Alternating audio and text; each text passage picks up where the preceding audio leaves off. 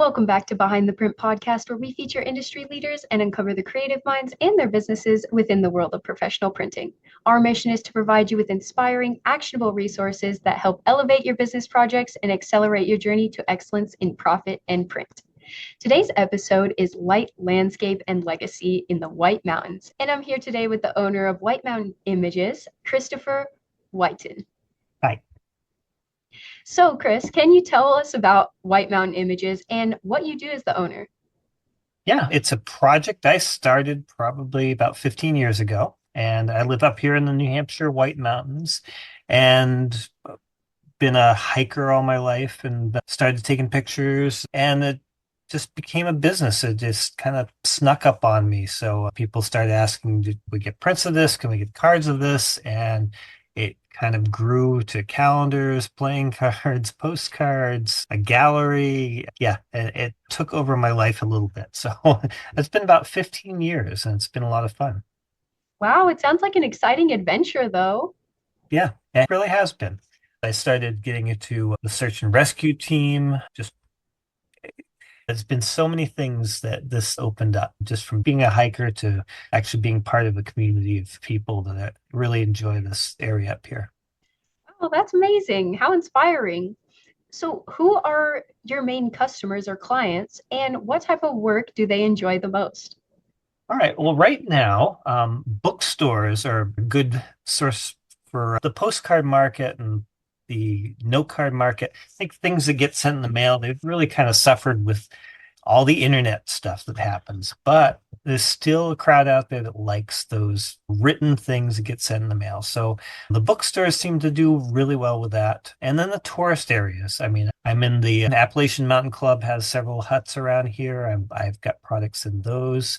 We have hotels. We have the state parks. New Hampshire State Parks has quite a few buildings in the tourist areas and roadside welcome centers. And so that's kind of where I have most of my items with, the postcards and the note cards and the calendars, most of which are printed through Printing Center USA. So it's been a really good partnership.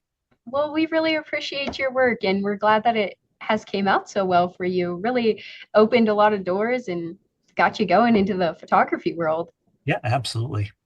So you'd mentioned some tourist attractions and some hot spots that people like to travel.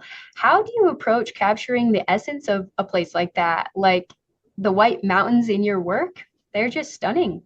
Yeah, well, thank you. Living here really helps.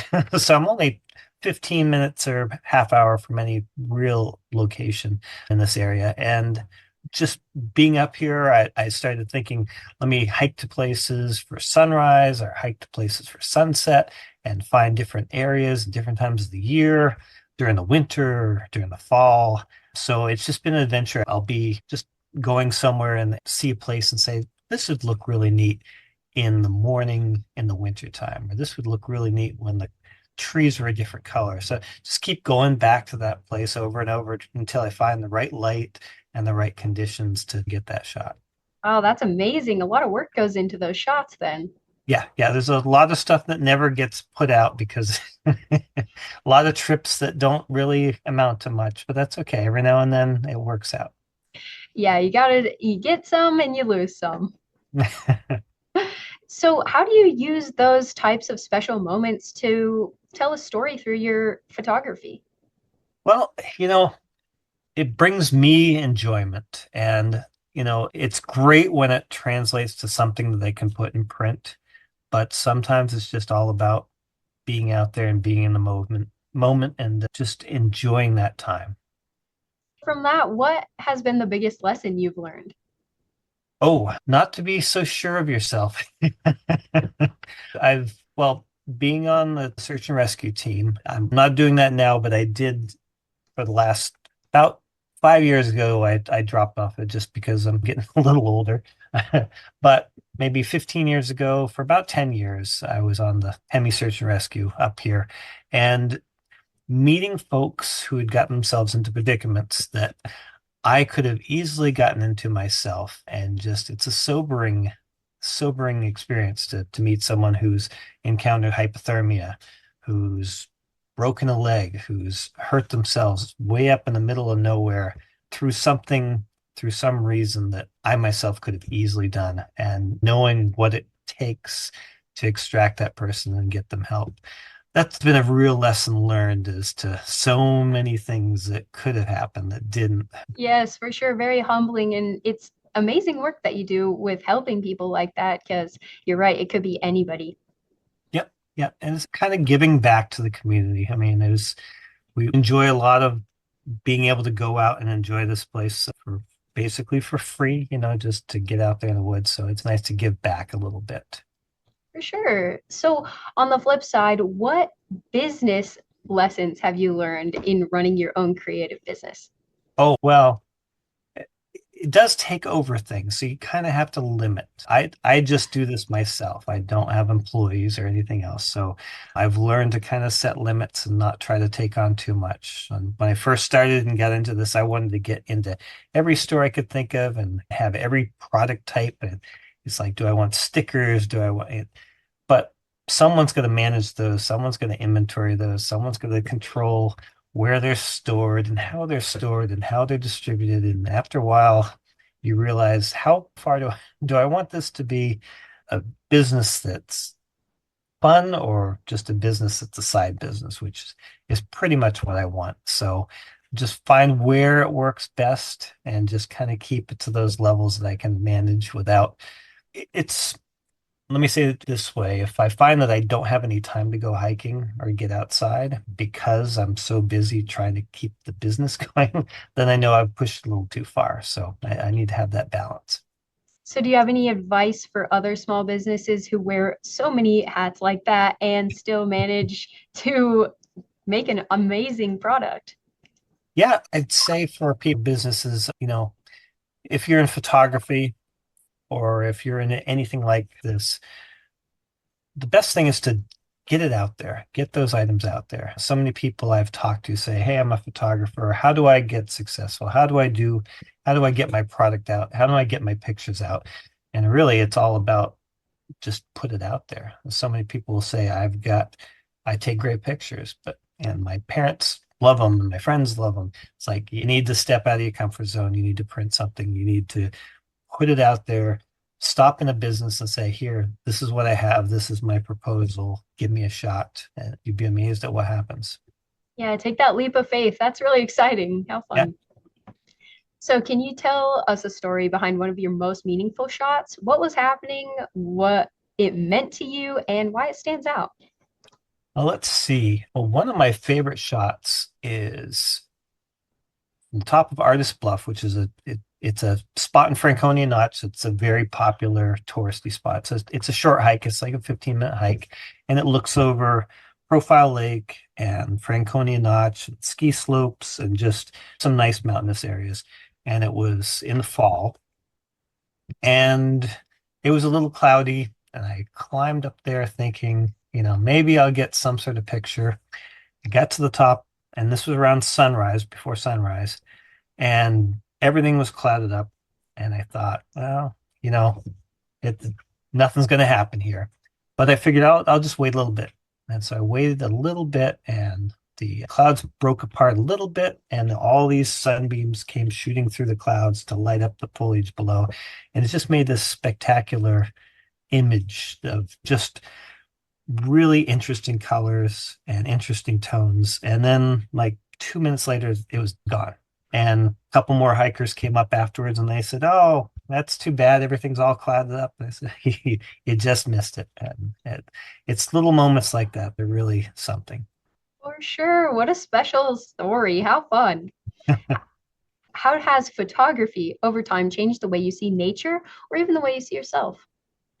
I've kind of wondered sometimes, am I a hiker that likes to take pictures or am I a photographer that likes to hike? And sometimes it's hard to tell which is which. And I find myself saying, I don't want to do that hike because the clouds don't look right, or the sky isn't as good. Sometimes it's just difficult to figure out, which thing I like the most. But I can say every now and then I'll say, I'm going to leave all the camera gear at home and I'm just going to go out to hike and enjoy it. And I enjoy that until I see a scene that I should have taken a picture of, and then I get But I think it does tell me that, it's a special place up here, and it's sometimes unappreciated. We get so busy in life that we don't, we forget that you can just go out in the trees, go out under the skies, and just stand there and enjoy what's out there, which with no time constraints, no agendas, just getting out there and enjoying nature. And I think that really has settled into me. For sure, it's such a calming experience when you go out into nature and just enjoy everything that's out there. Yeah. What do you think makes your photography or your approach different from others in the field? Well, that's the hard one because we have a really nice gang of New Hampshire photographers, and we all kind of get along really well together. So, and we joke about, oh, you took that same shot that I took, and stuff like that. But I think it's about the light. I like to look at something and think, how can I get a different angle or different perspective of a common scene? We have a lot of scenes up here that are just iconic scenes. And so everyone's got the picture of this or the picture of that. And I go there thinking, how can I make this a little different? So whether it's just the lighting is different or the angle is different, just something that makes it so it's recognizable, but it's got a little twist to it that isn't the common look. So it's a challenge sometimes. And I see that come through in your prints. They are unlike many other of the prints that I see. Oh, Their borders are so unique. I love mhm. I love the borders that you do and the lighting, like you were saying, it's definitely noticeable, those unique angles that you try to get. Well, thank you. I really appreciate that. So can you tell me, are there any defining moments where you realized, wow, I just need to do this all the time? I think just probably in the early periods of this, just getting those sales. I walked into one of the state parks with a couple calendars when I was first starting, and I said, "Hey, would you like to sell my calendar?" And I had no idea what I was doing. And the person who was there just happened to be the person in charge of all the retail for the entire state of New Hampshire state parks. And he said, "Sure, I'll take 20 of those. We're having a party and I'll give them away." And so that was my first sale. So he said, "Okay, like we've got to sign you up as a vendor so that I can pay you." Okay. Well, the next time I went into a state park in another area of the state and asked them if they would want to sell my product, they said, "Oh, we only do our already established vendors." And I said, "Oh, I think I'm one of those." So I showed up and I said, "Oh, okay. Yeah, we can sell your stuff." So that little tiny event helped me get into a whole bunch of different places. So that was kind of interesting. For sure, becoming a vendor for those state parks, that's huge for photographers. That's amazing. Yeah. So that was pretty neat. And then I just went on that each year. I said I'm going to get into one or two more places and just build it up over time. That's awesome. So, are you currently facing any challenges from marketing to photography? No, not really. I mean, I have a regular job, so this is my side fun job that I do. So the big challenge I have is trying to manage to not overwhelm myself. But no, I don't find I find marketing I usually do social media marketing. I do that myself, and that seems to go fairly well. And it's a very niche market up here. And it's a small area, so I don't have to go very far. So it does limit the scope of my business, but it also means I don't have to like chase down stuff that's far, far away. I pretty much can drive to everywhere that I'm doing business with. Right, that makes it super convenient, I'm sure. Yeah, and I do have a gallery. Well, I partnered with Jeanette Fournier, who's an excellent artist. So we have a gallery together down in North Woodstock. So that's a great place where I can send everyone and say, okay, you want prints, you can go online, or if you want to be in person, go right here down to North Woodstock and stop in the Fournier Gallery, and you can see matted prints and frame prints and puzzles and all sorts of fun stuff. Puzzles, that's really cool. Wow.